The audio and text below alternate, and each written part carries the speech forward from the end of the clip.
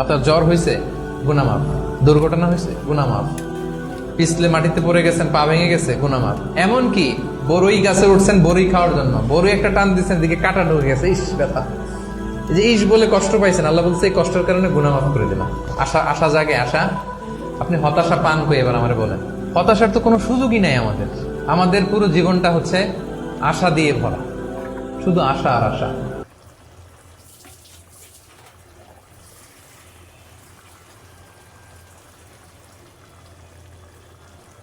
দেখি দেখি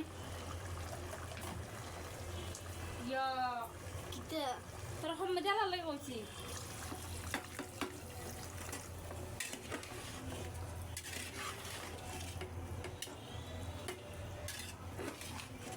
যেন হাড় বিয়া লাগছে রে বাবা প্রত্যেকদিন